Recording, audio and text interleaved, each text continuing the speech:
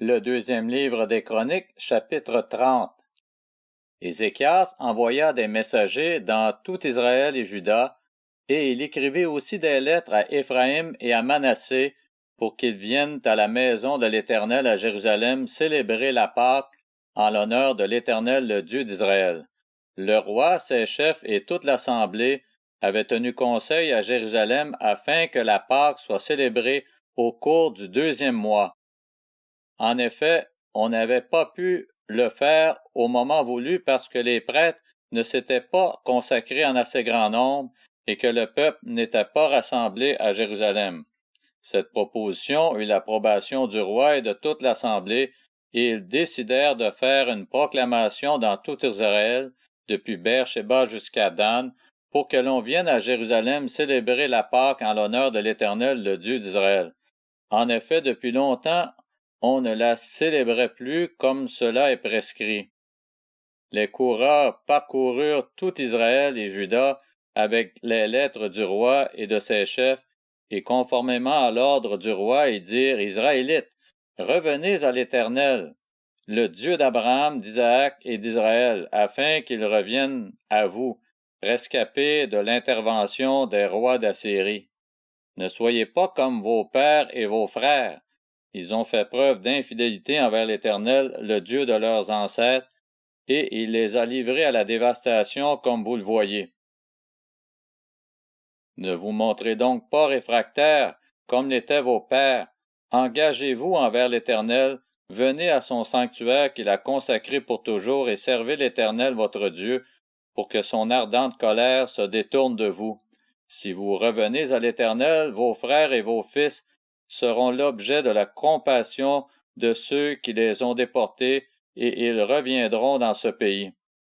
En effet, l'Éternel votre Dieu fait grâce et est rempli de compassion, et il ne se détournera pas de vous si vous revenez à lui.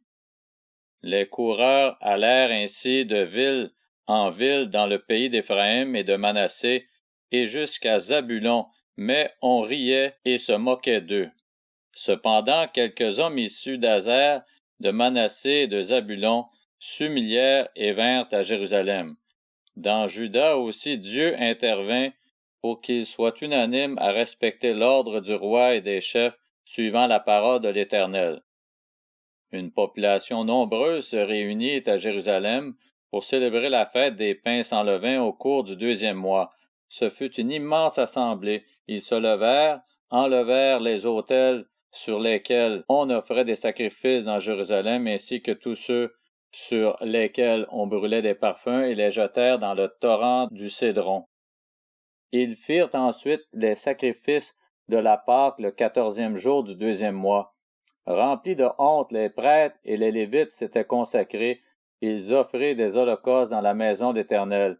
Ils se tenaient au poste qui leur avait été attribué conformément à la loi de Moïse, l'homme de Dieu. Les prêtres faisaient l'aspersion du sang qu'ils recevaient des Lévites. Comme il y avait dans l'assemblée beaucoup de personnes qui ne s'étaient pas consacrées, les Lévites se chargèrent de sacrifier l'agneau pascal pour tous ceux qui n'étaient pas purs afin de les consacrer à l'Éternel. En effet, une grande partie des membres du peuple, et en particulier ceux d'Éphraïm, de Manassé, d'Issachar et de Zabulon, ne s'étaient pas purifiés et ils mangèrent le repas de la Pâque sans se conformer à ce qui est écrit. Mais Ézéchias pria pour eux en disant: Veuille l'Éternel, qui est bon, pardonner à tous ceux qui ont appliqué leur cœur à rechercher Dieu, l'Éternel, le Dieu de leurs ancêtres, même s'ils n'ont pas pratiqué la sainte purification. L'Éternel exauça Ézéchias, et il épargna le peuple. Ainsi, les Israélites qui se trouvaient à Jérusalem célébrèrent la fête des pains sans levain pendant 7 jours avec une grande joie. Chaque jour, les Lévites et les prêtres louaient l'Éternel avec les instruments qui retentissaient en son honneur. Ézéchias toucha par ses paroles le cœur de tous les Lévites qui montraient une grande perspicacité pour le service de l'Éternel. Ils mangèrent de ce repas de fête pendant 7 jours en offrant des sacrifices de communion et en louant l'Éternel, le Dieu de leurs ancêtres. Toute l'assemblée décida de célébrer 7 autres jours. Ils célébrèrent ces 7 jours dans la joie. En effet, Ézéchias, le roi de Juda, avait donné à l'assemblée 1000 taureaux et 7000 brebis, et les chefs 1000 taureaux et 10 000 brebis. De plus, un grand nombre de prêtres s'étaient consacrés. Toute l'assemblée de Juda, les prêtres, les Lévites, tous les membres du peuple venus d'Israël et les étrangers, qu'ils soient venus du territoire d'Israël ou installés en Juda, se réjouirent. Il y eut une grande joie à Jérusalem, car depuis le règne de Salomon, fils de David, sur Israël, on n'avait rien vu de pareil à Jérusalem.